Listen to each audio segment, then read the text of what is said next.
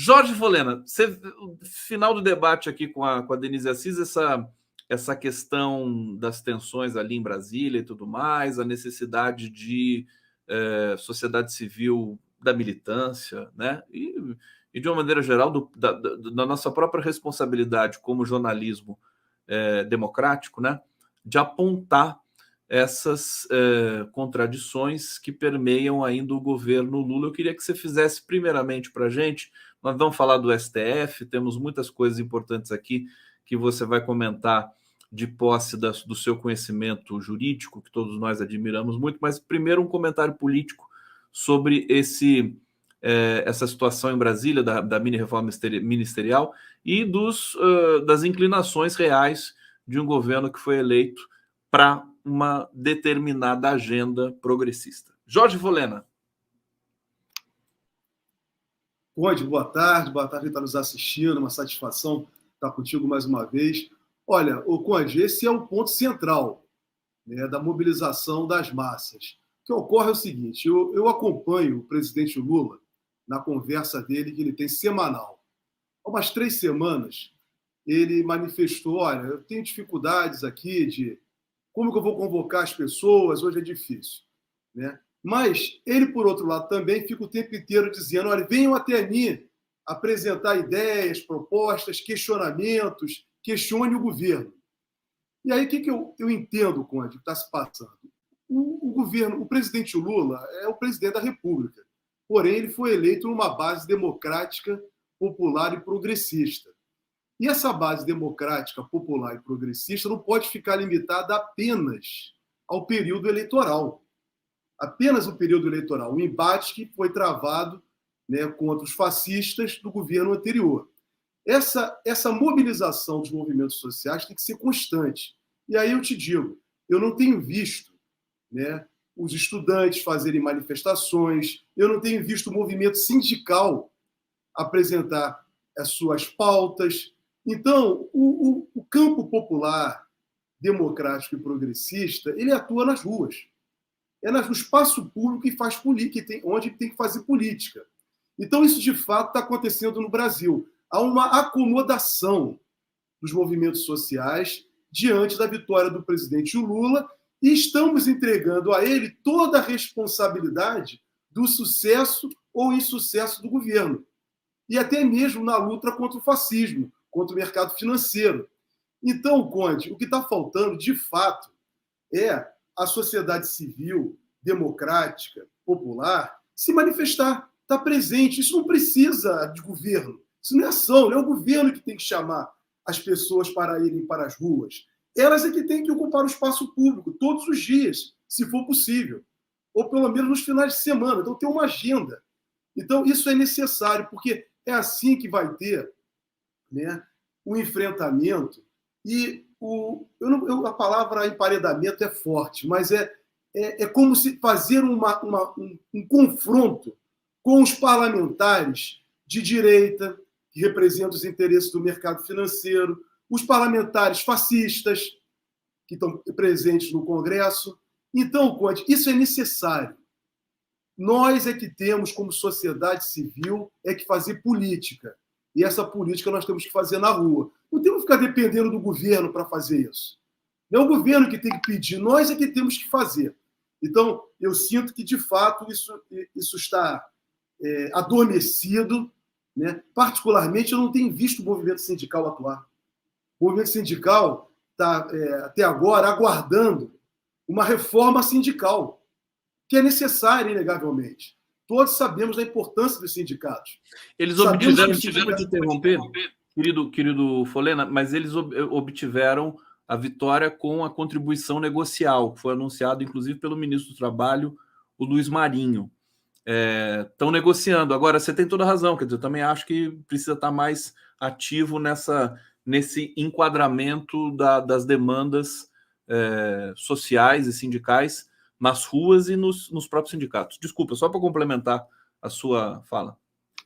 Então, ainda não foi aprovado ainda o projeto de reforma, até que eu considero, Conde, eu conversei isso com vários sindicalistas, que a apresentação do projeto foi muito ruim.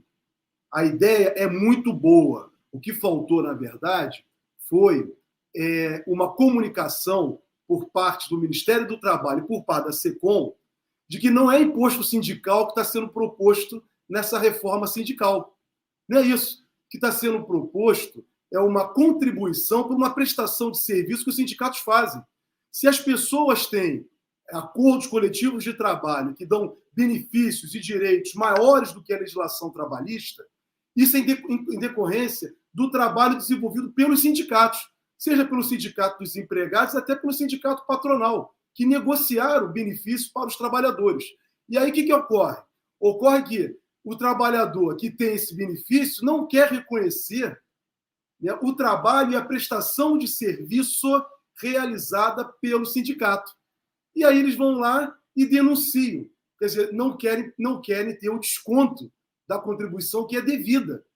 Então, o que faltou, a meu juízo, é uma comunicação na apresentação dessa proposta de reforma sindical, de um modo que os sindicatos têm que ter, isso é necessário, os sindicatos têm que ter uma capacidade financeira para se manter diante das suas necessidades fundamentais. Nós estamos falando da atividade sindical, ele é um preceito fundamental previsto na Constituição do país. Sem sindicato, não há como ter proteção dos trabalhadores. Mas, para isso, os sindicatos precisam também ter o seu custeio. E esse custeio tem que ser feito pelos trabalhadores. E os sindicatos prestam serviço. Então, Conde, é isso que faltou explicar. E o que aconteceu naquela proposta encaminhada, apresentada? Está em debate, vai ser debatido no Congresso Nacional. Veio a mídia tradicional, que defende os interesses do capital financeiro. Logo assim que foi apresentada a proposta, dizer o retorno do imposto sindical. Aí os trabalhadores não entenderam nada. Ficaram apenas com a informação final do mercado financeiro, da mídia tradicional, que é contra os sindicatos. Vem aí o imposto sindical. Não é imposto sindical, é uma contribuição justíssima por uma prestação de serviço realizada pelos sindicatos. Volto a dizer isso para todos, que as pessoas possam compreender. Perfeitamente, Jorge Folena aqui no Giro das 11. O Folena, vamos trazer esse tema que ontem dominou aí grande parte das manchetes, que repercutiu depois do podcast do presidente Lula, dizendo que o voto poderia ser secreto. Ele disse, basicamente, literalmente, ele disse que sociedade não precisa saber o voto de ministros, né, do STF. Acho que foi isso que ele falou literalmente. Como é que você recebeu essa fala do Lula? E, ao mesmo tempo, você me disse aqui, agora há pouco no Zap, né, que precisa também explicar para a população como é que funciona o STF, né? Então, explica para a gente e sobre essa discussão, né, de que a gente tem acesso ao voto coletivo, como me parece que é nos Estados Unidos, se essa discussão pode prosperar nesse mundo jurídico brasileiro. Jorge Folena. Conde, olha, eu ontem, quando eu assisti, como eu falei para vocês, eu assisto, né, a palavra com o presidente, conversa com o presidente. E eu assisti toda ela. Então eu posso falar, porque realmente eu sei o que o presidente Lula falou. Ele estava se referindo, antes, ele estava se referindo à questão do ódio implantado no Brasil pelo ex-presidente da República. Então ele dizendo, olha, é impossível viver num país em que o ódio está instalado. E nessa questão do ódio, ele estava se referindo exatamente à perseguição que estava sendo promovida contra o ministro Alexandre de Moraes. Ele não citou o Alexandre de Moraes. Mas era isso. É o caso, inclusive, que estava nos noticiários ontem, né, a gravação vinda da Itália para o Brasil com relação ao que aconteceu no aeroporto de Roma, né, com o ministro Alexandre de Moraes e sua família. Então, o presidente está falando de ódio que foi incentivado e patrocinado, de certa forma, pela mídia corporativa. E aí, o que me surpreendeu?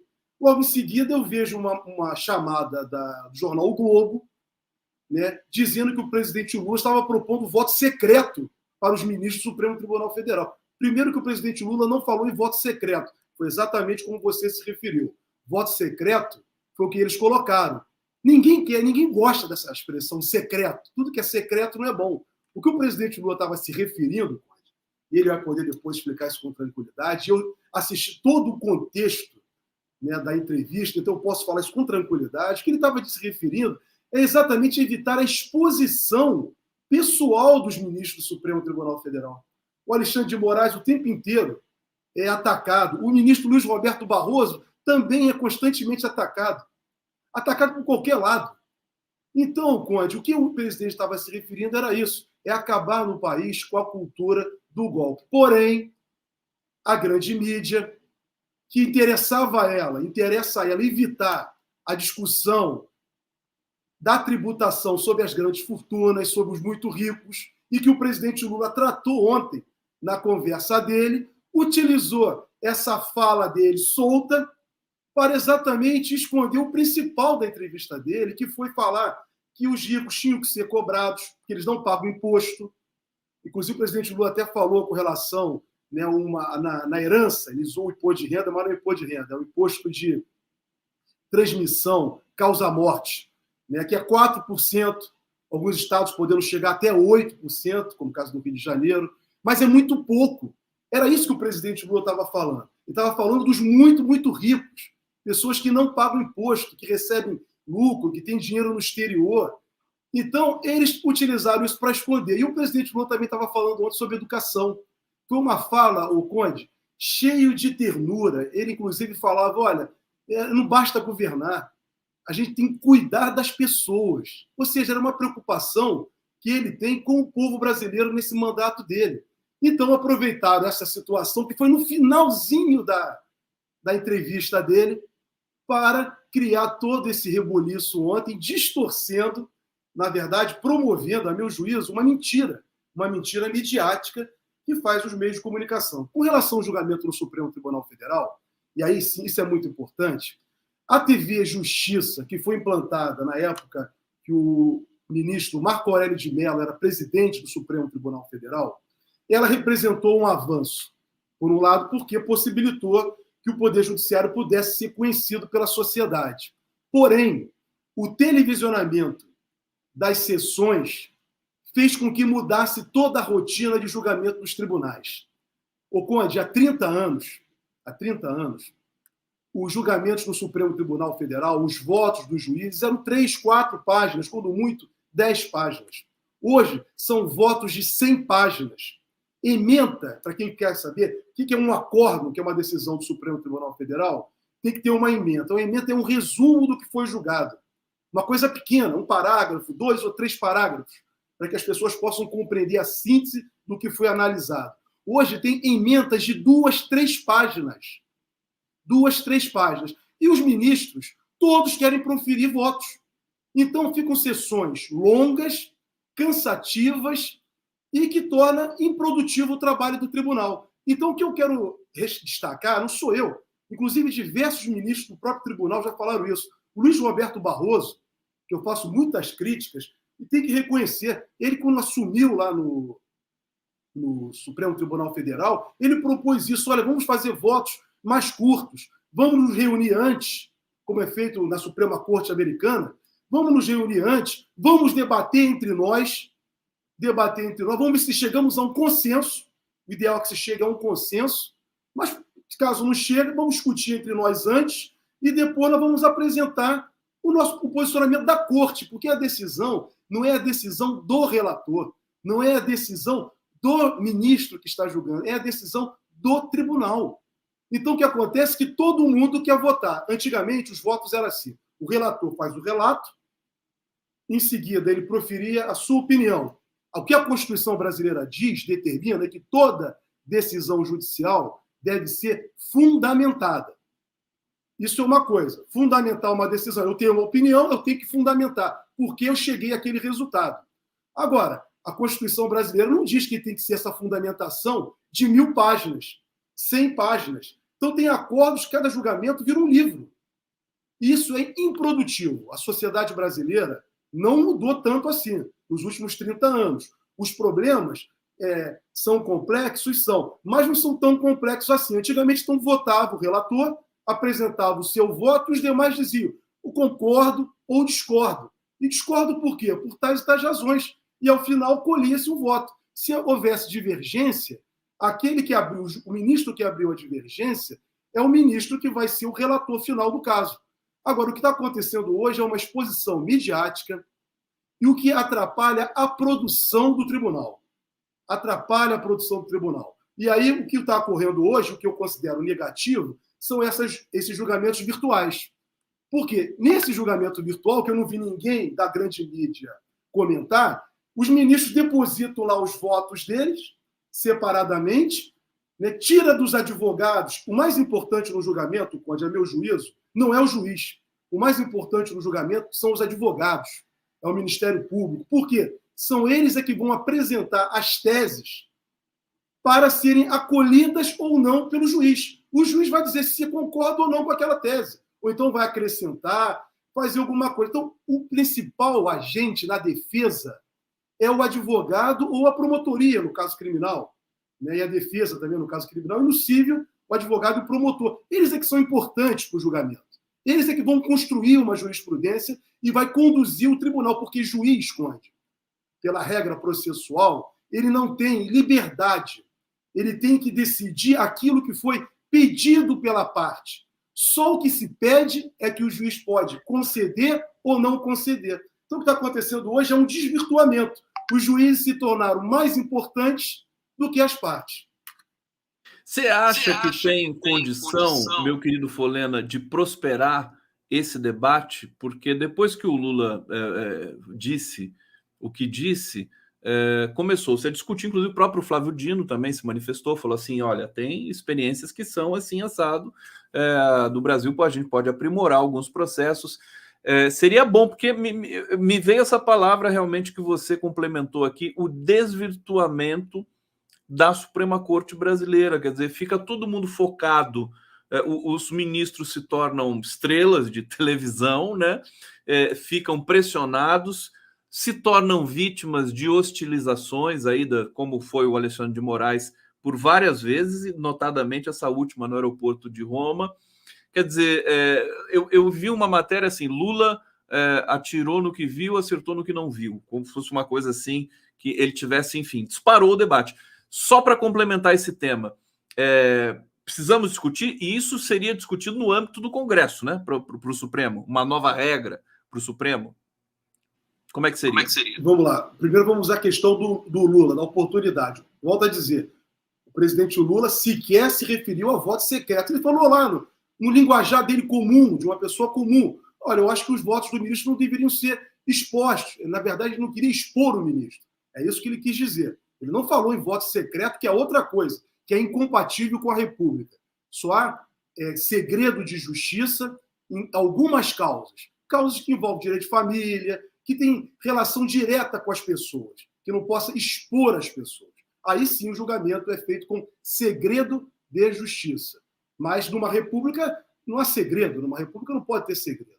Então, Conde, esse debate, tá, o Lula não falou isso, mas a mídia acabou criando debate, a mídia corporativa, e resgata exatamente essa necessidade de repensar a forma de televisionamento das sessões do tribunal. Ter uma televisão é importante, porque ela possibilita ao tribunal, ao Poder Legislativo, ao Executivo também, dar notícia do que ele está produzindo. Isso é uma coisa. Outra coisa é você ficar horas, como aconteceu no julgamento do Mensalão, como aconteceu no julgamento, em alguns julgamentos desvirtuados da Lava Jato. Exemplo, o habeas corpus do presidente Lula, né, o que aconteceu. Então, o que eu quero dizer é o seguinte, Conde, para se evitar que seja o tribunal utilizado para manobras golpistas, midiáticas, como foi no caso do Mensalão, não é recomendável que isso ocorra, porque era 24 horas, o tribunal se reunia de manhã, estava na Globo, nas diversas televisões, pessoas estavam almoçando, estavam nas diversas televisões, e era tudo golpista, para chegar que nós chegamos há pouco tempo, que o próprio tribunal veio entender que a Lava Jato foi um equívoco, né, que foi uma situação fraudada. Então, quer dizer, esse lado midiático acaba, né, permitindo que os juízes se percam. Infelizmente, são seres humanos.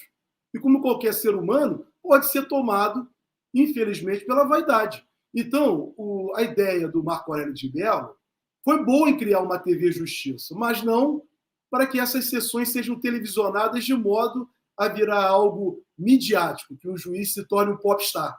O que aconteceu com alguns juízes aí, né, Conde? Tem um juiz aí que foi incensado pela mídia, que hoje é senador, e que causou a ruína e o fracasso do país. E esse camarada não respondeu até hoje pelos crimes que ele cometeu. Cada dia que passa vão sendo reconhecidos. Vai responder, né? Vai responder agora, até porque a gente vai comentar, vou deixar para o final, para o Folena falar sobre essa decisão do Dias Toffoli aí. Antes de seguir no nosso papo aqui no Giro das 11, pedir para vocês mais uma vez aqui dar o like na nossa transmissão, vocês que estão acompanhando pelo YouTube, e para que vocês se inscrevam também no nosso canal aqui. A Denise Assis me mandou um recado, ela está dizendo o seguinte: Oi, Conde, peça desculpas ao Júlio Beraldi por mim. Errei em dizer que o Márcio França foi candidato a senador. Ele seria candidato ao governo com chances. Abraço. Então, o Beraldi deve ter comentado aqui, eu não vi o comentário do Beraldi no chat, mas quando a Denise falou o França candidato a senador, eu também estranhei, mas fiquei na dúvida se ele tinha recuado da candidatura a governador ou a senador. Foi a governador, portanto, e aí está essa questão intrincada aí no governo da reforma ministerial. Meu querido Jorge Folena, fala do marco temporal, porque tivemos mais votos. Acho que vai ser retomado semana que vem, né? Você está otimista com a recusa? Pode falar. O Conde, do marco temporal, eu queria acabar de responder a sua pergunta. Você perguntou, Jorge, isso vai gerar um novo debate político e começa pelo Congresso para chegar no Supremo? Acontece o seguinte, pela Constituição brasileira, qualquer alteração que tenha relação com os tribunais, o projeto de iniciativa, se for algo que for afetar o julgamento do tribunal, a iniciativa tem que partir do Supremo Tribunal Federal, para aí sim o Congresso Nacional debater a alteração legislativa.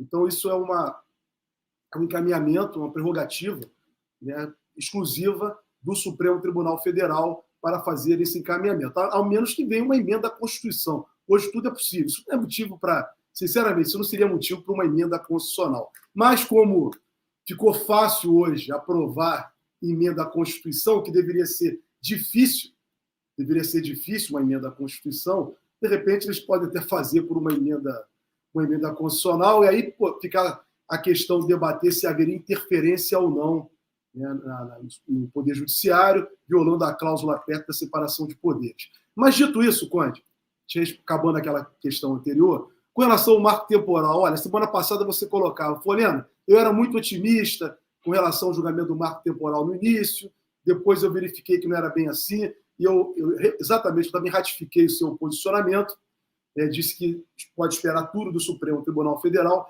mas depois do voto do ministro Zanin,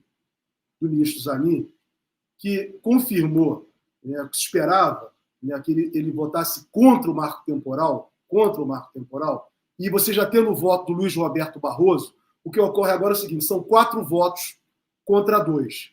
Faltam 2 votos para formar a maioria. E pelas características, né, pela formação dos demais juízes, né, eu posso dizer para você que, por exemplo, que a ministra Carmen Lúcia, pelos votos dela anterior, ela procura seguir essa mesma linha. A ministra Rosa Weber, que vai sair, mas ela pediu para que o voto dela seja considerado nesse julgamento, né, antes da saída dela. Também eu acredito, e ela também tem essa característica de questões identitárias. Então, eu acredito que, né, questões relacionadas à subalternidade. Então, né, eu entendo, né, já começo a concordar contigo, que já podemos começar a ver luz no final do túnel. Porém, o julgamento tem que esperar o final para ver o que vai ser produzido. Mas, nesse momento, diante de 4 votos já proferidos, a esperança, né, já uma perspectiva maior. Seria mais difícil se o ministro... Desculpa te interromper mais uma vez, a gente ficou assustado com a possibilidade do Zanin, né, votar a favor do marco temporal. Como o Zanin votou contra, as coisas, o panorama mudou. Folena, antes, posso já pedir para você comentar, até porque essa questão do microfone aqui, para a gente não ficar muito, para ter esse ruído, vou falar câmbio aqui, como o Paulo Vanucci faz, para quando eu terminar a minha pergunta para você, porque eu quero que você comente para a gente essa decisão aí do ministro Dias Toffoli, decisão histórica, né? O que todos sabíamos, sem dúvida nenhuma, mas algo que pode mexer sensivelmente, não é à toa que está no topo das manchetes de todos os principais jornais convencionais empresariais do país desse momento, que é o Toffoli dizendo... aqui, deixa eu só pegar aqui. Toffoli diz que prisão de Lula é um dos maiores erros judiciários do país, e pede investigação. Jorge Folena. Conde, até que enfim, né, ministro Toffoli, né, me parece que ele está sendo aí o porta-voz da corte, apesar de ser uma manifestação dele, mas parece que ele é o porta-voz da maioria dos ministros do tribunal. Ele não daria uma decisão dessa sem ter antes, aquilo que eu volto a dizer, sem antes ter conversado com alguns pares. Então, o Conde, é tudo aquilo que nós sempre falamos, tudo aquilo que estava sendo revelado. Ele, inclusive, está ratificando, né, o estudo feito pelo DIEESE, com relação à questão da destruição da engenharia nacional, dos empregos, da soberania nacional, promovida pela a Operação Lava Jato. O Conde, aí vem o ponto central. Tudo que passou no Brasil de 2016 até agora, é bem pouco tempo, foi uma ação conspiratória permanente contra o país. Um país que estava se desenvolvendo, com todas as dificuldades, um país muito rico, mas com uma classe dominante muito cruel e que trabalha contra os interesses do país, mas o país estava desenvolvendo. As pessoas estavam melhorando suas condições, né, de vida, né, ter uma perspectiva melhor, os jovens estavam estudando, indo para a universidade, as crianças podendo ir para a escola, ter merenda, né? O país tinha um índice de desemprego, né, bem controlado, e aí veio essa Operação Lava Jato. Primeiro veio o Mensalão, e depois veio a Lava Jato, né, que efetivamente destruiu o Brasil. Dito isso, Conde, agora vem a questão fundamental. Isso tudo nós já estamos aí há anos debatendo e demonstrando os equívocos promovidos pelo juiz, que não era juiz, hoje sabemos que ele nunca foi juiz, ele era parte, ele tinha interesse direto naquilo, e aí precisamos saber qual era o interesse que o Sérgio Moro, como juiz, tinha na condução daquele caso. Ele tinha algum interesse, e isso precisa ser investigado, aprofundado. Eu com você aqui, nós já tivemos oportunidade diversas vezes, inclusive, pedir uma investigação política jurídica por meio de uma CPI, a CPI da Lava Jato, porque esse assunto ele é um assunto que não é só político e não é só jurídico, ele envolve os dois.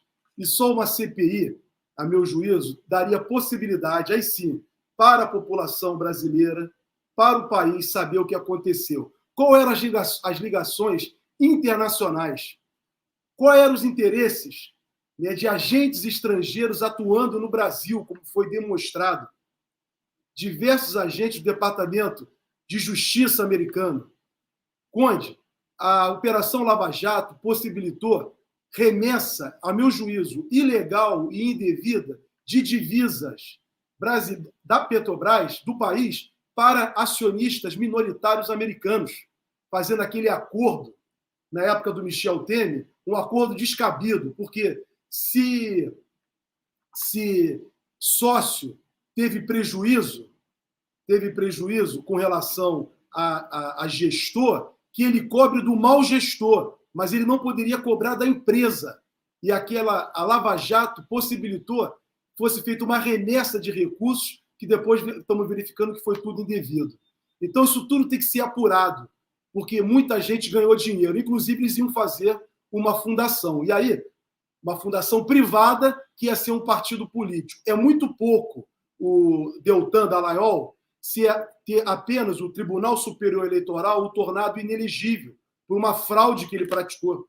Ele abandonou o cargo de promotor para não responder contra as acusações administrativas contra ele. Isso é muito pouco, Conde. Nós temos que buscar a responsabilização, não só eleitoral, nem também tornar Sérgio Moro inelegível. Não é isso, é muito mais do que isso. Eles têm que responder administrativamente, reparação civil e também responder criminalmente. Criminalmente. Tenho falado isso por vários anos. Inclusive, subscrevi pareceres no Instituto dos Advogados Brasileiros nessa linha, demonstrando as diversas infrações de natureza civil, administrativa e criminal. Então, Conde, agora, com a revelação do ministro Toffoli, né, com essa decisão dele, que ele vem colocar para todos nós já sabíamos com o julgamento do presidente Lula, né, quando o Moro, né, a 13ª Vara de Curitiba e o juiz Moro foram declarados suspeitos e anulados todos os processos contra o presidente Lula. Mas agora, Conde, está vindo mais forte, porque as delações que foram obtidas, no caso da Odebrecht, que é particularmente o caso que o ministro Toffoli se referiu, foram obtidas, segundo ele, que é o juiz do caso, foram obtidas de forma clandestina, ilegal. Então, Conde, isso não pode ser tolerado, porque eram agentes do sistema de justiça, eram promotores, eram delegados de Polícia Federal, era juiz federal. E essas pessoas carregam, né, elas carregam o nome das suas instituições. E elas simplesmente, Conde, né, colocaram a situação da Justiça Federal brasileira, do Poder Judiciário, do Ministério Público e da Polícia Federal numa situação muito difícil.